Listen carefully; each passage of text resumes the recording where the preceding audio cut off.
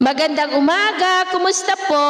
Narito po ulit ang update natin para sa lagay ng ating panahon ngayong umaga po ng October 20, 2024 na kung saan sa ngayon ay ganap na po na isang bagyo ang isa sa tatlong sama ng panahon na nasa silangan po ng ating bansa. Ang 96W ay ganap na nga po na bagyo at posibleng sasanib na rin ang sirkulasyon ng Invest 94 at 95W at maging isa na lamang at papasok na yan dito sa ating area of responsibility sa susunod na mga oras at tatawagin na po sa local name na Bagyong Christine.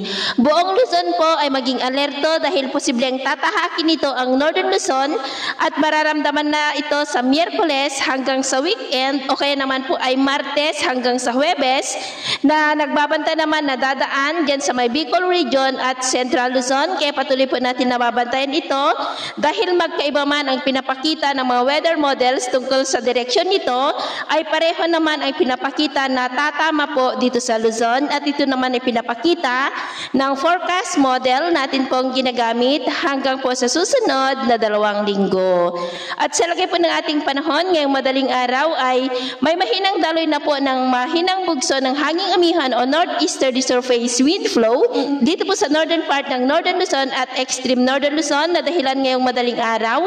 Isolated rains dito po sa may Cagayan, Babuyan Islands at ilang bahagi ng Batanes at may isolated rains rin dyan po sa may Lobo, Lucena, ilang bahagi ng Occidental Mindoro, Romblon, Pandan sa may Aklan, Iloilo, ilang bahagi ng Cebu, Ormoc, Baybay, Maasin, Southern Palawan, Sipalay, Bayawan, Dumaguete, Southern Leyte, Dinagat Island, Sulu Archipelago, Zamboanga Peninsula at Lanao Provinces.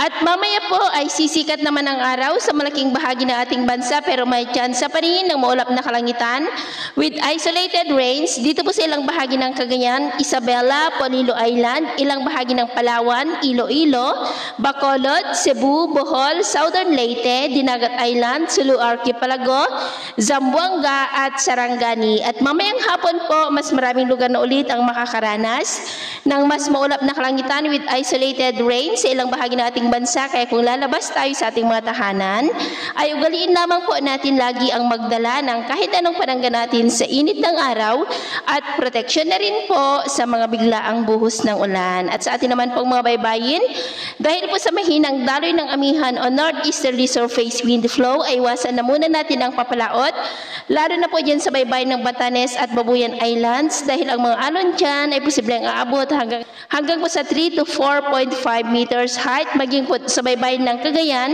ay maalon din ang mga alon ay posibleng aabot hanggang sa 2 to 2.5 meters height. Kaya hanggat maaari ay iwasan na muna natin ang papalaot dyan po sa mga may kulay pula para po mas makaiwas sa mga sakunang pangkaragatan.